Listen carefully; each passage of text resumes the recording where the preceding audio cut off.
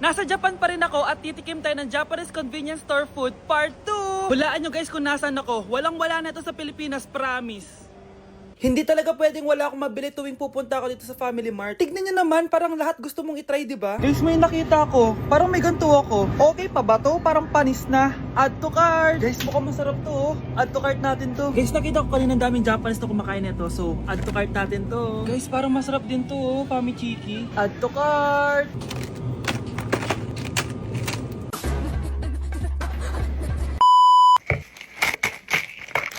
Tikman na natin! Una natin titikman na itong mukhang baya. Bakit kaya ganito kulay niya? Ito yung amoy niya, amoy mani. Unang kagat.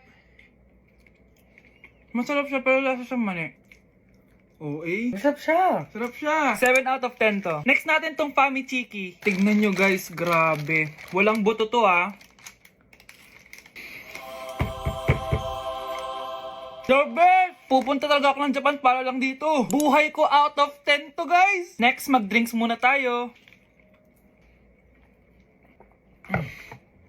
Sarap. Wala akong masabi. Ang sarap niya. 10 out of 10 to sa akin. Ang daming Japanese na kumakain nito kanina. So, try na natin kung masarap ba talaga. Simpleng natikman. Para siya marshmallow. Ayos din yan. Masarap siya pero medyo matamis siya. Mahilig sa matamis. Sarap! Oh, eh. Next natin itong palaging kinakain ni Honey Bunch. So para siyang pandesal na may feeling sa loob. Dami pala niya. May laman siya guys. You know? Masarap siya pero wala siyang lasa. O yun naman, magko-comment na naman masarap pero walang lasa eh. I'll give it 7 out of 10. Next natin tong parang mushroom na parang chocolate din. Next natin tong Ganito yung itsura niya.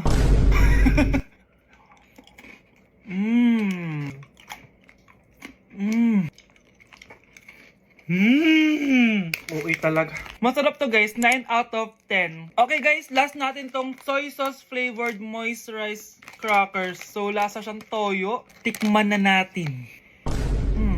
May singit. So ganito yung itsura niya.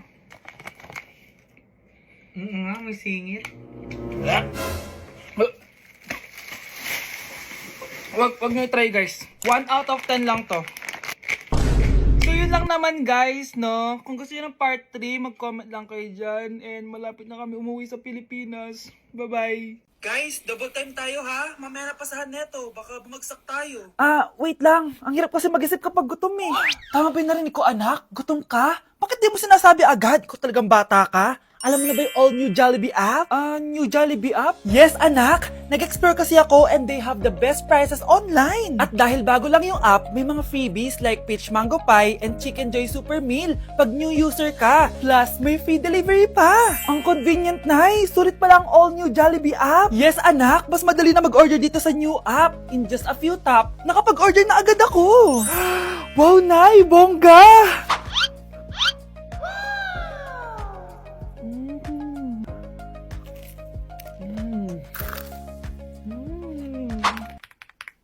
Ayan, napasa ko na yung research namin. O, diba? Sabi ko sa'yo, ikain mo lang yan eh. Kaya ikaw, i-download mo na ang all-new Jollibee app. Order na! Hala, nalipat na naman ako. Nasaan na naman yun? Ha? Kailan pa nag-aircon sa classroom namin? Alamig. Class, bring out your iPad and Apple Pencil. Mag-lecture tayo, okay? Kopyahin niyo yung nasa projector. Ano daw? iPad na gamit ngayon? Grabe, ang hiyaman naman ng mga tao dito. Ma'am, pwede mo ba ako magsulat sa notebook? Ha? Wala kang iPad? Class, di ba nasa school requirement natin na dapat may iPad kayo, okay? So, babalik ka na sa nanay mo. Di na uso yung notebook dito. Wala naman kami pambili nun eh. Oh, class, i-share nyo naman kung saan kayo pumupunta tuwing weekends. Ma'am, nasa Japan po kami tuwing weekends kasi malamig dun tapos may snow pa. Ma'am, sa Paris po kami. Nandun po kasi yung Eiffel Tower tapos sila mami po kasi mahilig mag-shopping dun eh. Lu, ang bongga naman ng mga to. Oh, ikaw Scarlett. Sa kwarto ko lang po ma'am. Kailangan po ba umalis? Hindi naman. Siguro mas gusto ni Scarlett yung nagpapahinga siya sa magandang kwarto niya. Class, magkukulak ako ng class funds ha? 1,000 each student lang. Ha? 1,000 yung class funds dito. Ma'am, card po yung mode of payment ko. Sure, patap na lang. Ayan. Ma'am, ako din po card. Ayan, okay na. Wala na akong pera. Ma'am, pwede ba ako bumalik sa dati kong school? Ang yayaman kasi ng mga tao dito eh. Ay, ganun ba? O sige, i-drop na lang kita ha. O ito po ma'am, card na lang. National ID. Kaya hindi umuunlad ang Pilipinas dahil kinukurakot nyo. Mahiya naman kayo! Don't stop shaming them. Deserve nila yan. Mainit ang mata sa atin ng mga tao. Kaya siguraduhin nyo na magmumukha tayong malinis, ha? Dad! Alam na nilang lahat! Nadidepress na ako! Binabash nila ako sa social media. Tapos kanina sa school, binubuli nila ako. Nasisira image ko. Ayusin mo to, Dad! Gumagawa na ako ng paraan, anak. Pero sa ngayon, kailangan ko muna kayo palipad sa Amerika para safe kayo. Okay, Dad. I'm calm. Bigyan mo ako ng 10 million pang shopping ko doon, ha? May mga mag-iimbestiga dito. Kaya lahat ng mga luxury cars namin, itago nyo muna. Hindi nila pwede makita yung mga yun. Base sa report na binigay sa akin, may ghost project daw kayo. Totoo ba yun? Wow! It's a yes or no question. Bakit di ka makasagot? Your Honor, kakausapin ko po muna yung lawyer ko. Ang kakapal nyo. Halata naman sa mga kilos nyo na guilty kayo. Kamusta na kaya sila mom and dad? Sana okay lang sila. Nawala sa garahe ang 10 sa 12 luxury cars. Pati mga sasakyan tumakas na. Hindi kami papayag na hindi kayo mananagot. Hindi kami mananahimik sa issue na to. Mukhang mainit na naman yung dugo niya. Palagi naman. Okay, class. Bring out 1 sheet of yellow paper. Mag-essay kayo. Patay, yellow pad. Be, Scarlett, pengin naman ako niyan. Ayoko. Last week ka pa, ha? Ikaw na nakaubos ng yellow pad ko. Ha? Bumili ka kaya? Sorry. Class, pass your research paper. Last week pa yan. Ma'am, eto na po yung akin. Oh, Scarlett. Kasi mga grupo mo. Tinanggal ko na po. Ha? Ba't mo kami tinanggal? Yung mga pinapasa mo, walang kwenta. Binigyan na kita ng chance, di ba? At ikaw naman, Samantha, hindi ka naman nag-send ng GC, di ba? Oh, kayong dalawa, gumawa kayo ng sarili nyo research, ha? Bes, paano na tayo niyan? Pinapainit niya talaga dugo ko, Bakit kaya palagi mainit yung dugo ni Scarlett? Baka mabigat lang yung pinagdadaanan niya, be. Miss, sorry. Okay ka lang? Ano ba yan? Kasi tumitingin sa dinadaanan, eh. Bes, tignan mo, bulag ka ba, ha? Kita mong dumadaan ako dito tapos babanggain mo ako? Wow! Maldita ka! Kala mo di kita papatulan? Oh, bakit? Porket cute ka? Porket type kita? Ayun, love life lang pala kailangan niya. Nakakakilig sila, bes. Type niya daw ako? Nakakainis, ba't ko ba nasabi yun? Oh, mahal, saan ka galing? Galing ako sa doktor, mahal.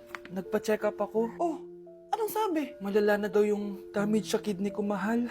Kailangan ko na maoperahan. Kung hindi, alam mo na. Mahal, may savings pa tayo. Gamitin natin yan para maoperahan ka na agad. Hindi ganun kadali yun, mahal. Kailangan daw may mag-donate ng kidney sa akin. Ha? O, edi kunin mo yung sa akin, mahal. Kaya ko pa naman mabuhay ng isa lang kidney ko. Sure ka ba? I love you, mahal. Alam mo namang gagawin ko lahat. Maging okay ka lang, di ba? Congrats po, ma'am, sir. Successful po yung operation yung dalawa. Salamat, Doc. Mahal, narinig mo ba yun? Okay ka na. Mabubuhay pa ako ng matagal, mahal.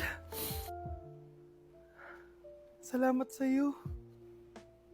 Mahal, nilutuan kita ng paborito mo para agad ka nang gumaling. Huy, mahal, sino kausap mo? Ha? Wala to, mahal. Kaklase ko lang dati to. Kinakamusta lang ako.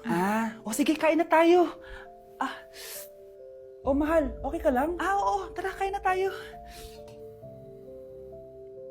Mahal, nakakagalaw na ako ng maayos, Di na sumasakit yung tahi. Aba, baka magulat ako. Nakakatakbo ka na rin.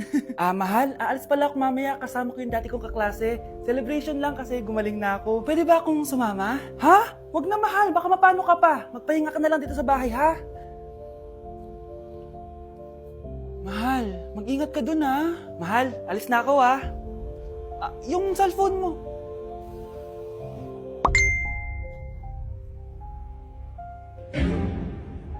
Sino to?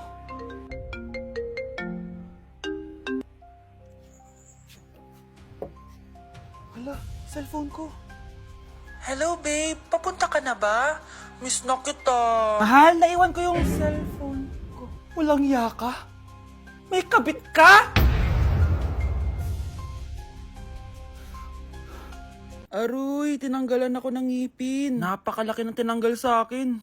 Hello guys! Kung napapansin nyo, naka-brace na naman ako. Ilang araw din ako di makakain na maayos dahil sobrang sakit niya guys. So bakit nga ba ako nagpa-brace ulit? Fun fact lang guys, 6 years na ako naka-brace before. Pero di pa rin na-address yung issue sa ngipin ko. Kung makikita nyo sa picture guys, medyo palabas or flared yung ngipin ko. Kaya naman nag-decide na ako na magpa-brace ulit. Sabi din ng dentist ko, kailangan daw tanggalin yung 4 na premolars ko para daw pumasok yung mga ngipin ko. Kaya ngayong araw, tatanggalin yung mga premolars ko. Bago pala ako pumunta ng dentist, kumain na muna ako kasi alam ko di ako makakain mamaya. Buti na lang talaga masarap ang ulam at nakakain talaga ako na madami. Medyo kinakabahan nga ako kasi ngayon na lang ulit ako mabubunutan ng ngipin. Yung last bunot ko ata nung bata pa ako. Dahil tulog pa si Honey Bunch, di ko na siya gigisingin. Ako na lang mag-isa pupunta sa dentist. Good luck na lang talaga sa akin mamaya. So ayan, kinakausap na ako ni Doc. Sabi niya wala daw ako mararamdaman na sakit kasi may anesthesia naman daw na ilalagay. Ito pala yung x-ray ng mga ngipin ko. So yung may black dot dyan, yun yung mga tatanggalin. Kung makikita niyo din, impacted din yung wisdom tooth ko. So ipapatanggal ko din yan soon. Ito na guys, last look na buo ang ngipin ko. Kasi mamaya bungal na ako. Ayan guys, nilalagay na ni Doc yung naming cream para kapag in-inject na ako ng anesthesia, wala na ako maramdaman. Dito sa part na to, di ko na ma-feel yung bunganga ko. At thank you Lord talaga, hindi siya masakit. Parang hinihila lang yung ngipin mo ganun. Charan! Tapos na, medyo nahirapan si Doc ha. Paano di mahirapan? Sobrang laki ng kinukuha. Rate ko yung pain niya, siguro 3 out of 10 lang. Pero alam ko mamaya pa to sasakit pag wala na yung anesthesia. Sabi ko din kay Doc kung pwede ko bang itago yung ngipin ko, ilalagay ko lang sa ilalim ng unan. Eto na guys, ang itsura ng ngipin ko ngayon. Bungal ira na. Dalawa lang pala muna binunot ni Doc kasi next week daw yung dalawa pa. So yun lang naman guys, bye! Bes, bakit ka absent kahapon? May pinuntahan kasi ako, Bes. Ano yan? Ba't mo tinatakpan yung bibig mo? Mabaho ba yung hinga mo? Ano kasi Hala, naka-braces na si Scarlett! Kaya siguro absent siya kahapon. Bes, magkano yung braces mo? Di ba mahal yan? Rich kid ka siguro. 5K lang to, pero naka-promo kasi sila, kaya 3K na lang. Ako na rin nag-change ng rubber kasi kamahal man. Nandito ba si Scarlett? Present po, ma'am. Anong present? Ayusin mo nga magsalita. Sorry ma'am, di po kasi ako makapagsalita na maayos. Masyakit po kasi yung braces ko. Ay wow, kala mo talaga. Anong ginagawa niya? Over naman sa pakita ng brace? Bes, ano yan? Ba't ganyan ka mag-tiktok? Siyempre para makita ng mga friends ko na may braces na ako. Ganon? Tsaka para ma-ROI ko na din to, no? Sige, Bes.